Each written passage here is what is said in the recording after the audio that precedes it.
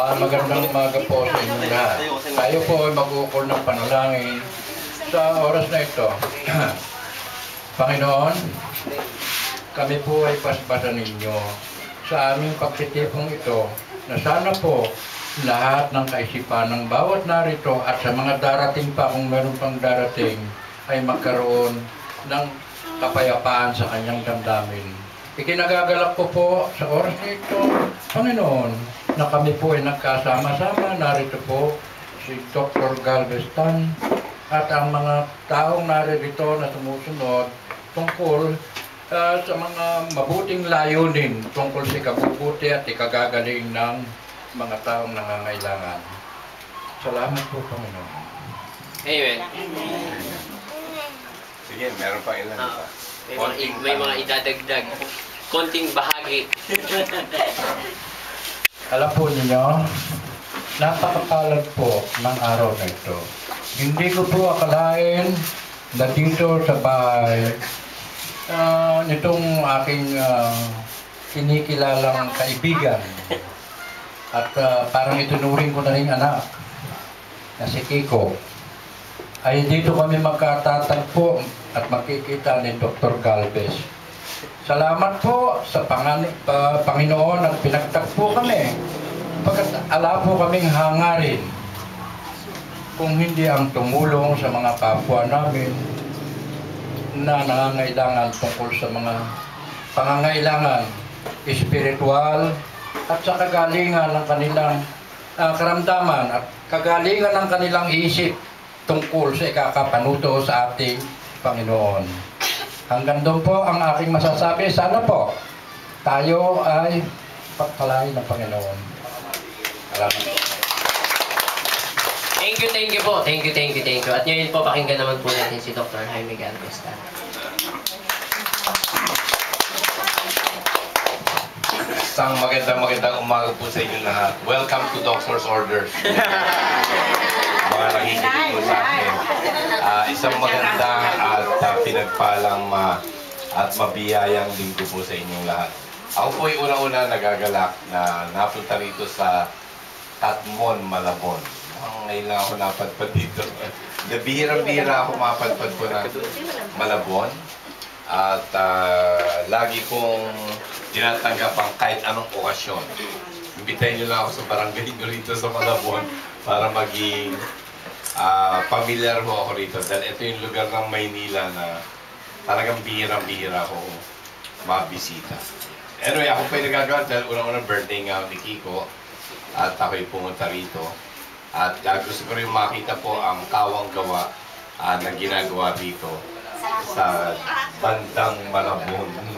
At ako'y natutuwa ko na meron na pong serbisyong acupuncture sa hilot sa kumukulong langis na dito po. At maraming salamat po sa pagtangkilik ko rin. At gaya nga na sabi ko, kung kayo po'y lagi nakikinig sa radyo, siyempre ngayon sana nga, araw na linggo at araw-araw, pagkagising natin, talagang unang-una natin pasasalamatan ng ating Panginoong Diyos na buhay tayo ngayon, di ba? Buhay tayo, masigla, at handa na naman, binigyan naman po tayo ng isang araw ng pagkakataon na tumulong po sa ating kapwa. Siguro ganyan po sanang diwa na sinasalubong po natin ang araw. At ang sabi ko po, di ba, pagka tumina kayo sa salamin, pagkagising kahit puno pa kayo ng muta o laway sa bibig, ay sasabihin nyo, uy, anong ganda ko. Siyempre pagkalalaki, uy, anong gwapo ko. Hindi, kasi nga, iyaya po ng Panginoon na binigyan tayo ng kagandahang loob at kagandahan din ng ating katawan at talagang kailangan po panindigan natin. At ito yung lagi po sinasabi kasi lahat po tayo rito naismata mo ang kabuuang kalusugan, hindi lang po ng katawan pero pati ng kaisipan, kaluluwa at kalooban. Kaya banggitin po natin yung tinatawag kong resetang walang gastos na binibigkas lang po at takurong paninindigan at pananalig sa ating Panginoon na tayo bibigyan po ng kalusugan. So sabihin po natin sabay-sabay, ako ay masaya. Ako ay masaya. Ako ay malusog. Ako ay malusog. Ako ay masagana. Ako'y magaling na. Ako'y ganap na magaling na. Ako ay lubos na magaling na. At kung tayo po'y merong masasabi natin imposibleng karamdaman, pero kagaya nga nila bang tero. Yeah. Tero nga lang ba? Hindi teroy. Pero walang imposibleng sakit sa Panginoon Diyos. So, ako ay milagrosang magaling na. Siya nawa. Amen. Ayan. Okay. Sana ito po, binabanggit natin araw-araw kasi walang gastos at siyam na kataga lamang po ay tayo'y makakamit po natin kung tayo'y naninindigan, nananalig na walang duda. Ang ibig ko sa walang duda sa ating Panginoon. Di ba? Okay. Paniniwala. Oo, paniniwala. At yan po, kasi tayo po gusto natin tumulong sa lahat po ng mamamayan na nais magkaroon po ng kalusugan at kaginhawaan. At ang napansin ko po na ang pinaka madaling gawin pero mahirap din ay ang mga resetang walang gastos. Ayan. Wala kasing gastos, no? Kaya hindi binibigyan ng halaga. Walang halaga, pero sabi ko nga sa tuwing babanggitin nyo, ako'y masaya, magbayad mo kayo ng piso. Ayan, parang sabihin nyo araw-araw. Hindi, nagbibiro lang po tayo. Hindi, yun po yung diwa po na at inaasahan ko na ang aking sinasabi po, ulitin ko lang po, kahit sinasabi ko na po ito sa radyo, ang napakahalaga po, kung meron po tayong mga payo ko po, pwede ho, tama ho naman, nagpapahilo tayo. Ayan, kay Aling Baby. Susan.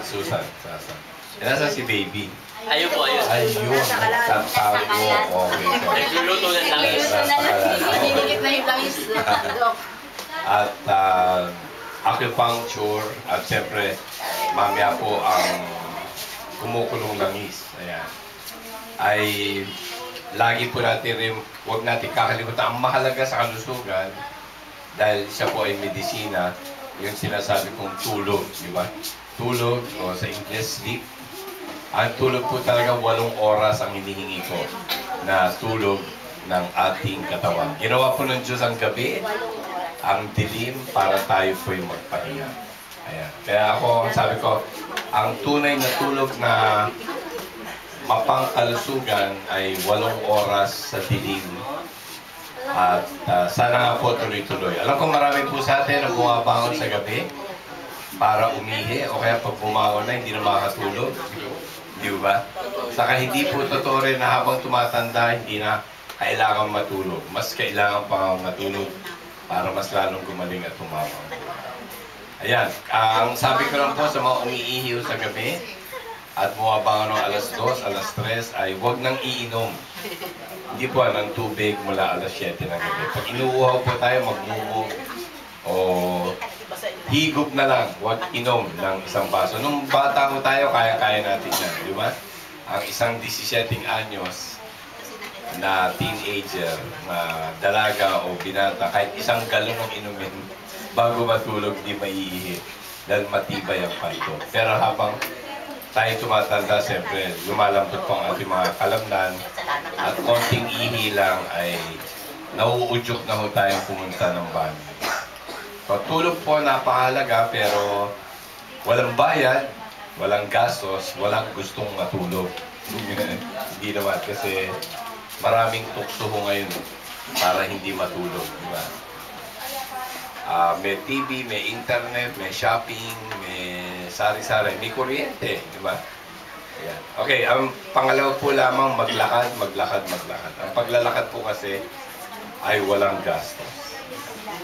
Sabi ko kung kahit lakad na unti-unti ay nakakatulong, lakad sa labas o lakad sa loob ng bahay, basta kumikibo. Ang tao ho ay ginawa para kumilos at hindi ho laging nakaupo buong araw o nakahiga. Ayan. Ang higa po sa gabi lang. Konti sa pwedeng mamahinga ng konti sa hapon. Pero sana po tayo kumikibo. No? At kung nadidinig niyo po yung almoranas, hindi po tayo sa maanghang yun. Dahil sa sobrang upo. Okay, yun po yung karaniwang so SE, sabi ko nga SELF. Pero yung dalawa po, dito po kami nagkakatugma nila Montero at Kiko.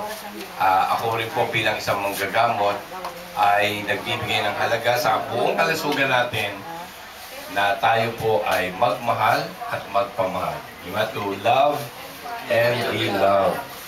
And of course, ang katuwang po nun, magpatawad at humingi ng patawad. To forgive and to be forgiven. Napakalaga po ito. Ako bilang isang doktor na mahigit na 40 taon na po nagpa-practice, ay napakalaga po yun sa paggaling ng isang tao. Ang pagmamahal, hindi mahirap. Di ba? Mahal natin ating ina, ama, sana ang ating asawa, mga anak, mga apo, ayan. Madaling magmahal at magpamahal. Ang pinakamahirap yung magpatawad at humingi ng patawad. So, tingnan nyo.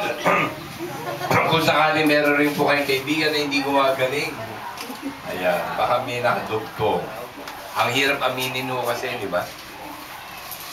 Na meron po tayong hindi mapatawad na tao. Karaniwan po ito, ang mahirap mapatawarin ay ang ating kapamilya. Pinakamahirap patawarin ang asawa.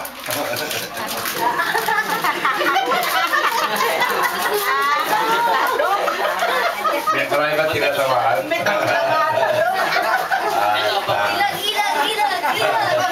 Mahirap din patawarin ng mga kapatid, di ba? Mga kapatid na may utang, mga kapatid na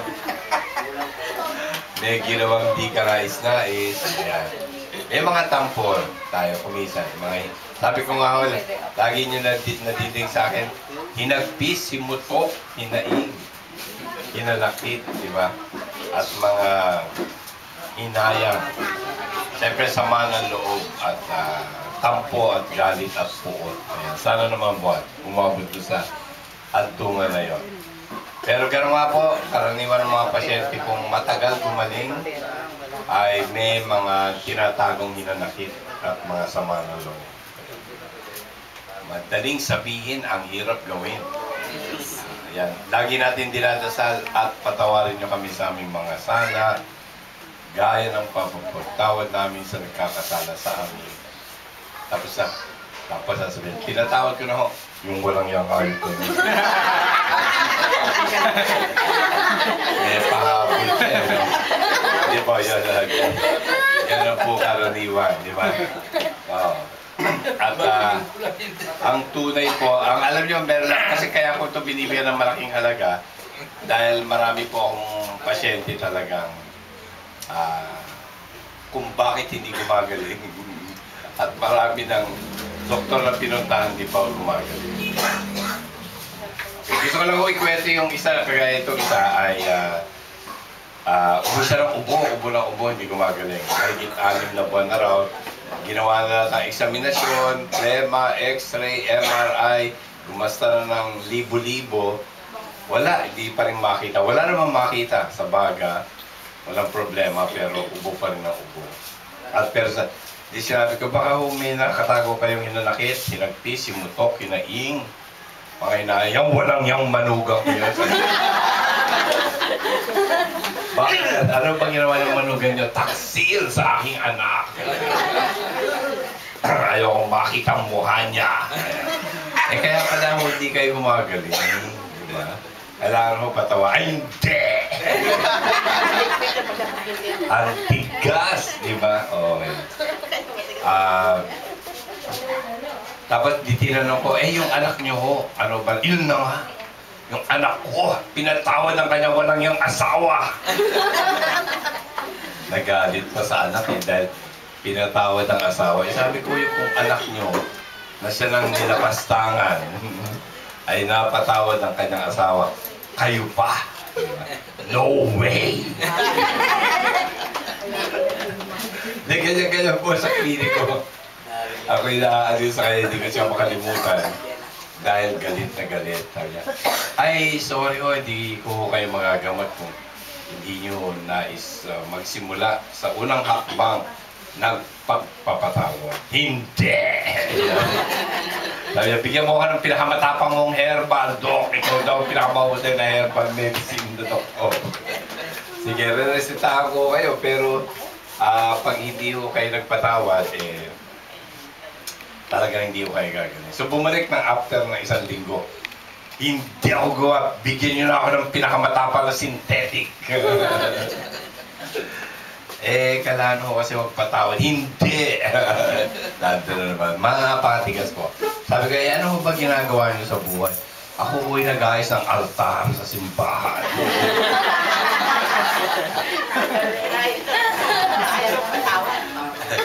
Nahihiya na raw siya kasi inaayos niya yung altar, ubo siya ng ubo.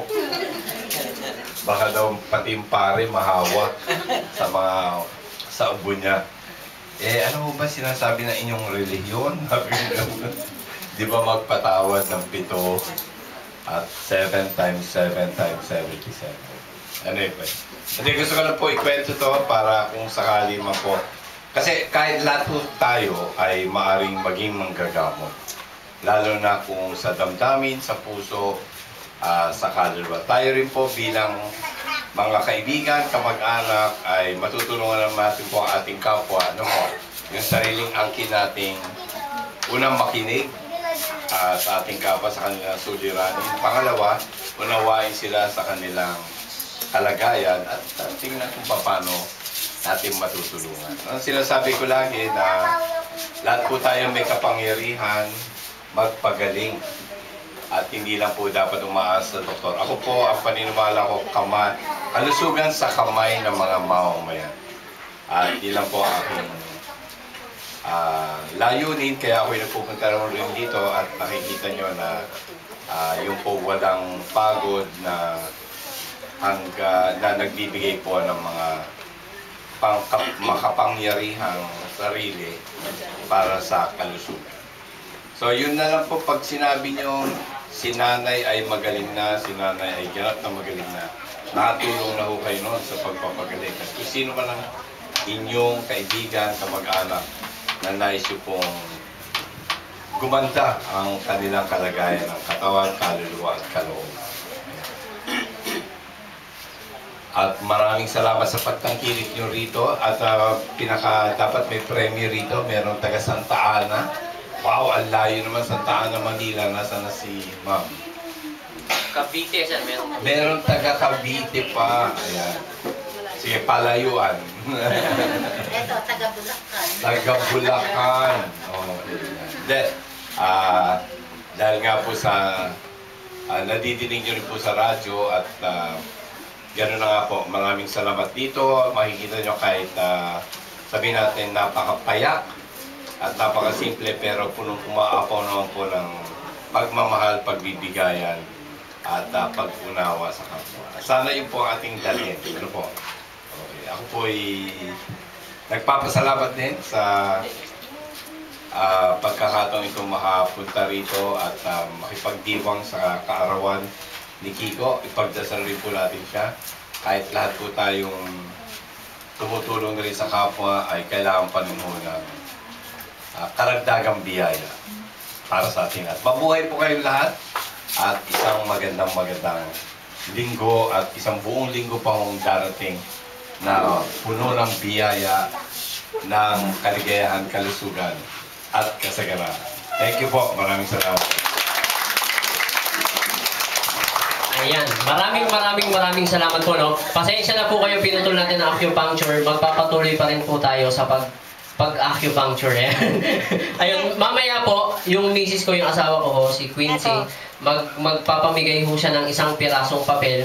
Ang gusto ko hong gawin nyo, isulat nyo ho doon sa papel na yon yung mga pinaka-kahilingan nyo, kung kagalingan nyo, wag lang ho sana material, wag nyo ho sana hihilingin na sana yumaman ako. No, kasi ang naniniwala ko kasi ang pagyaman nasa pagkilos ng tao, no. Ang gusto ko yung mga importanteng kahilingan nyo. Sapagkat ito hong darating na susunod na linggo, kami po ay aakyat ng bundok at doon ho mananalangin. Doon ho namin hihilingin ang mga panalangin yan. Pero hindi ho namin babasahin, hindi ho kami chismoso. Susunugin lang ho namin yan dahil yan ho yung mga tradisyon ng unang panahon sa lumang tipan na ipinapanalangin sa tabernakulo o sa kabundukan yung mga kahilingin ng mga mamamayan. Maraming salamat po sa inyo at kay Dr. Jaime Galvestan at kay Tatay Terong. Salamat po.